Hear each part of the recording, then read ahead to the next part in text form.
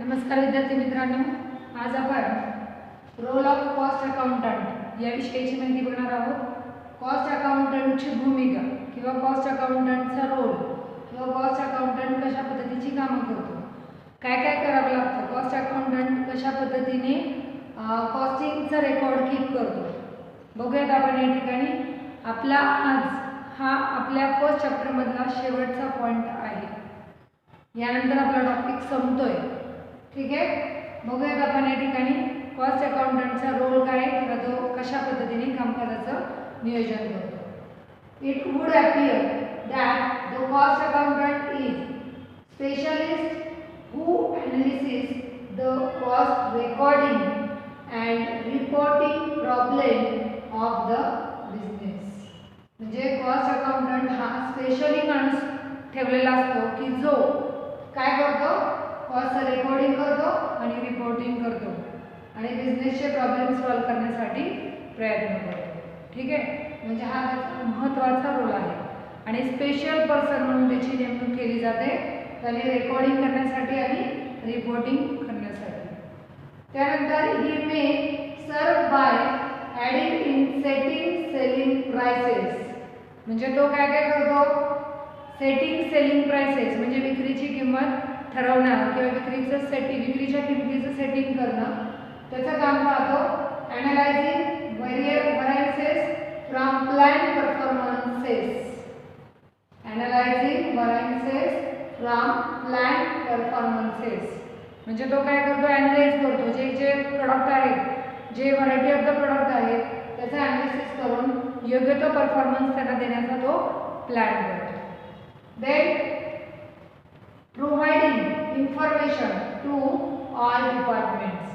त्याचबरोबर तो काय करतो, जे डिपार्टमेंटमधले जे वेगवेगळे डिपार्टमेंट आहेत संघटनेमधले संस्थेमधले, तर त्या डिपार्टमेंटला वेगवेगळी इन्फॉर्मेशन प्रोव्हाइड करण्याचं काम हा कॉस्ट अकाउंटंट करत असतो. म्हणजे कॉस्ट अकाउंटंट हा महत्त्वाचा रोल प्ले करत असतो. He is responsible for the reduction of a company's financial waste and increasing profit. तो काय करतो, कमीत कमी खर्च कसा होईल किंवा कमीत कमी खर्चामध्ये जास्तीत जास्त उत्पादन कसं वाढवता येईल असा तो फायनान्शियली विचार करताना आपल्याला दिसतो. कंपनीचा फायनान्शियल जे काही वेस्टेज मटेरियल असेल तर त्याचा यूज करून आपण कमीत कमी खर्चात जास्तीत जास्त उत्पादन कसं मिळवू शकतो याचा प्रयत्न तो करत असतो आणि ही त्याची महत्त्वाची जबाबदारी असते किंवा तो कंपनीचा कॉस्ट अकाउंटंट म्हणून त्याची ही महत्त्वाची जबाबदारी असते की कमीत कमी खर्चात कंपनीला जास्तीत जास्त बेनिफिट कसा मिळेल, कसा फायदा मिळेल याचा तो जबाबदारीने विचार करत असतो. He is controller of business public organisation. तो कंपनीचा किंवा व्यवसायाचा किंवा बिझनेसचा संघटनेचा कंट्रोलर एक नियंत्रक म्हणून ओळखला जात असतो. His responsibilities in such a case would lie directly to the general manager or managing director. म्हणजे त्याची जी रिस्पॉन्सिबिलिटी आहे, त्याचं जे काम आहे ते इतकं रिस्पॉन्सिबल आहे, इतकं इम्पॉर्टंट आहे की तो मॅनेजर लेवलचं काम पाहतो किंवा मॅनेजिंग डायरेक्टरच्या लेवलची रिस्पॉन्सिबिलिटी त्याची असते असं ग्राह्य धरलं जातं. म्हणून हा रोल कॉस्ट अकाउंटंटचा कॉस्टिंगमध्ये, कॉस्टिंग प्रोसिजरमध्ये, कॉस्टिंग सिस्टीममध्ये, कॉस्ट अकाउंटिंगमध्ये सगळा रोल महत्त्वाचा मानला गेलेला आहे. ठीक आहे, पुढे बघूयात आपण. Duties of cost office are divided in the following accounts. म्हणजे जे कॉस्ट ऑफिसचं काम आहे ते वेगवेगळ्या अकाउंटच्या माध्यमातून कसं डिस्ट्रीब्यूट झालेले हे आपण या मुद्द्यांमधून पाहणार आहोत. पहिला आहे स्टोअर अकाउंट. आपल्याला माहिती आहे स्टोअर म्हणजे काय, किती माल स्टोअर केला आहे किंवा किती माल शिल्लक राहिला आहे, त्याच्यामध्ये क्लोजिंग स्टॉक किती, ओपनिंग स्टॉक किती, किती व्हरायटीचा माल आहे, व्हरायटी ऑफ द स्टॉक हे याच्यामध्ये येतं.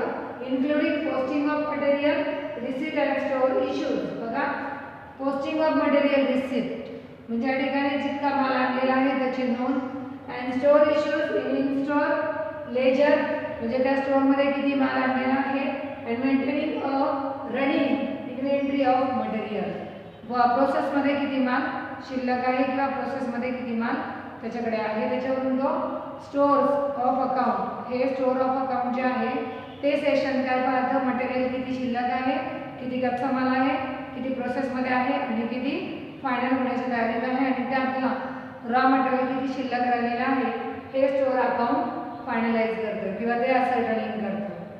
त्यानंतर लेबर अकाउंट. लेबर अकाउंटमध्ये काय असतं, काय असणार आहे लेबर अकाउंटमध्ये? लेबर म्हणजे कामगार. मग कामगार किती तास काम करतात, कामगारांची कामाची वेळ काय, कामगारांना किती काम कोणत्या वेळेत करायचं आहे, त्यांचं शेड्यूल काय, बरोबर, हे लेबरमध्ये येतं. मग लेबरमध्ये डायरेक्ट लेबर आहे जे कायमस्वरूपीचे कंपनीमध्ये काम करतात, इनडायरेक्ट लेबर आहे आणि लेबर ॲब्स्ट्रॅक्ट आहे. म्हणजे इथे पेरोल, लेबरला किती पगार द्यायचा, किती मानधन द्यायचं, किती सॅलरी द्यायची, बरोबर आहे ना, लेबरला किती वेतन द्यायचं हे ठरवण्याचं काम किंवा त्यांचं टाईम क्लॉक रेकॉर्ड लेबरचं असणं गरजेचं आहे. मग ते कोणकोणत्या प्रकारचे लेबर असतात त्याच्यामध्ये? डायरेक्ट लेबर, इनडायरेक्ट लेबर आणि लेबर ॲब्स्ट्रॅक्ट यांचा समावेश त्याच्यामध्ये होतो किंवा लेबर अकाउंटमध्ये हे सगळं इन्क्लूड केलेलं असतं. तिसरा आहे कॉस्ट अकाउंट. आता कॉस्ट अकाउंटमध्ये काय असणार आहे? All variety of the product cost. Okay, all cost account posting म्हणजे सगळं कॉस्टिंगचं पोस्टिंग या कॉस्ट अकाउंटमध्ये केलेलं असतं. त्याला काय म्हटलं त्यांनी? काही जॉब, प्रोसेस आणि सर्व्हिस. जॉब येतात त्याच्यामध्ये, प्रोसेसेस येतात आणि सर्व्हिसेस येतात. कॉस्ट युनिटमध्ये किंवा कॉस्टमध्ये आपण पाहिलेले कॉस्ट अकाउंटमध्ये वेगवेगळ्या प्रकारचं पोस्टिंग जॉबच्या संदर्भातलं, प्रोसेसच्या संदर्भातलं आणि सर्व्हिसच्या संदर्भातलं केलं जातं. त्यानंतर कॉस्ट कंट्रोल अकाउंट. पुढचा जो कॉस्ट ऑफिसचा जो अकाउंटचा प्रकार आहे तो कॉस्ट कंट्रोल अकाउंट. आता कंट्रोल म्हणजे नियंत्रण ठेवणे. कशावर नियंत्रण ठेवायचं? तर कॉस्टवरती. कॉस्ट कंट्रोल अकाउंटमध्ये कशावर नियंत्रण ठेवलं जातं?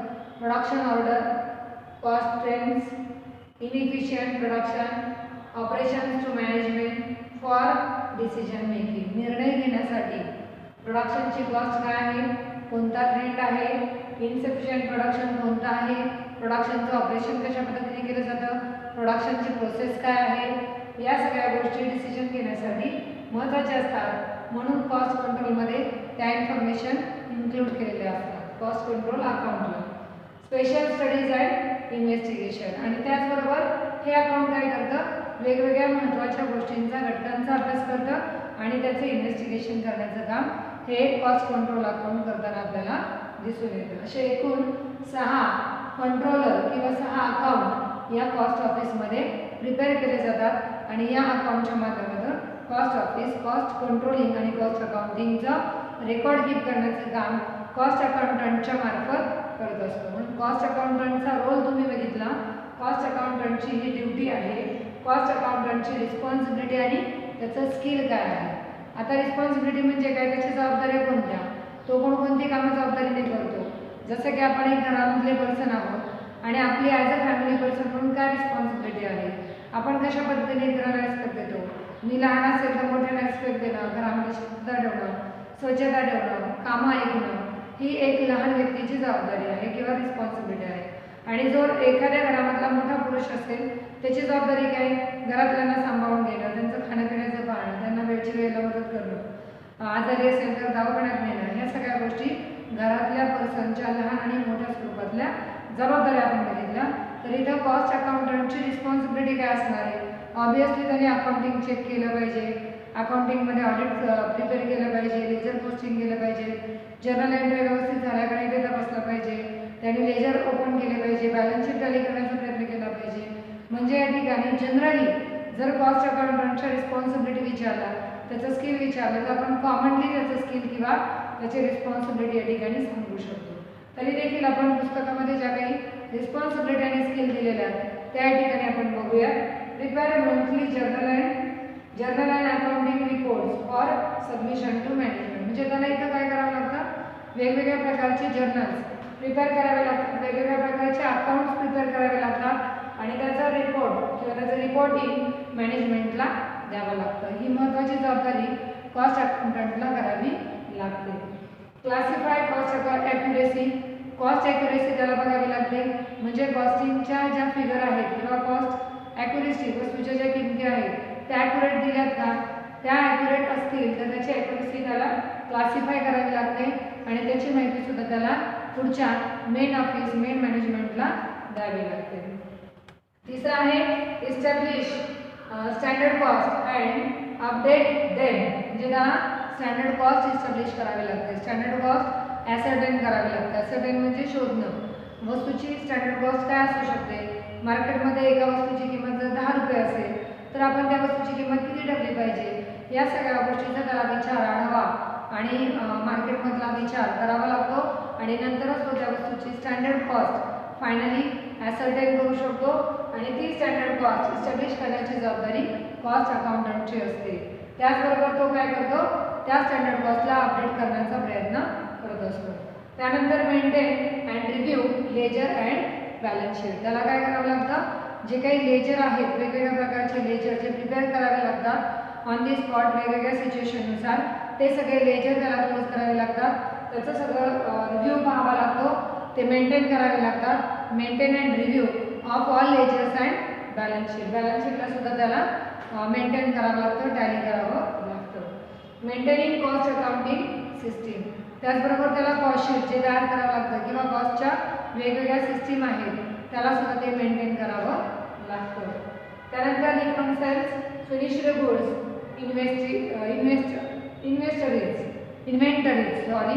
फिनिश्ड गुड इन्व्हेंटरीज, म्हणजे जे काही फिनिश्ड गुड्स आहेत शिल्लक राहिलेले त्याचं सुद्धा त्याला योग्य हिशोब किंवा त्याची सुद्धा कॉस्ट व्हॅल्यू त्याला काढावी लागते आणि प्रॉफिट लॉसची फिगर त्याला विचारात घ्यावी लागते. ही सर्व जबाबदारी कोणाची आहे?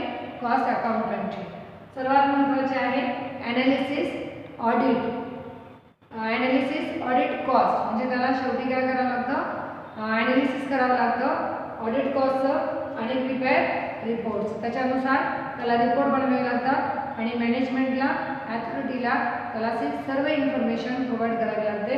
These are the responsibilities and skills of cost accountant. Okay, आपला या ठिकाणी हा टॉपिक संपलेला आहे. तुम्हाला या ठिकाणी कॉस्ट अकाउंटंटचा रोल लक्षात आला असेल. त्यानंतर ऑफिसमध्ये कॉस्ट अकाउंटंट कोणकोणत्या अकाउंट प्रिपेअर करतो किंवा कॉस्ट ऑफिसमध्ये कशा पद्धतीने वेगवेगळे अकाउंट प्रिपेअर करून त्यांचे कामकाज केली जातात. त्याचबरोबर कॉस्ट अकाउंटंटची रिस्पॉन्सिबिलिटी आणि त्याच्या अन्य कोणकोणते स्किल असले पाहिजे, म्हणजे रिस्पॉन्सिबिलिटी तर त्याच्याकडे आहेच, त्याचबरोबर ही सर्व कामं करता यावी म्हणून त्याच्याकडे या सगळ्या गोष्टींची एक्स्ट्रा इन्फॉर्मेशन असणं गरजेचं आहे आणि ती इन्फॉर्मेशन त्याला करता यावी त्याच्याशी रिलेटेड असलेलं स्किल त्याच्याकडे असणं गरजेचं आहे. म्हणून कॉस्ट अकाउंटंट हा सर्वात महत्त्वाचा घटक ऑर्गनायझेशनच्या व्यावसायिकाच्या इंडस्ट्रीच्या दृष्टिकोनातून मानला गेलेला आहे. कॉस्ट अकाउंटंटला महत्त्वाचा भाग मानला गेलेला आहे आणि म्हणूनच कॉस्ट अकाउंटंट हा ॲज अ मॅनेजर किंवा मॅनेजिंग डायरेक्टरची भूमिका पार पाडताना आपल्याला या ठिकाणी दिसून येतो. या झाल्या आपल्या कॉस्ट अकाउंटिंगच्या प्रोसिजर, कॉस्ट अकाउंटंटच्या रिस्पॉन्सिबिलिटी. ओके, आपण आज या ठिकाणी थांबूया. आपला पहिला चॅप्टर पुन्हा एकदा सांगते, आपला पहिला चॅप्टर आज संपलेला आहे. Thank you very much.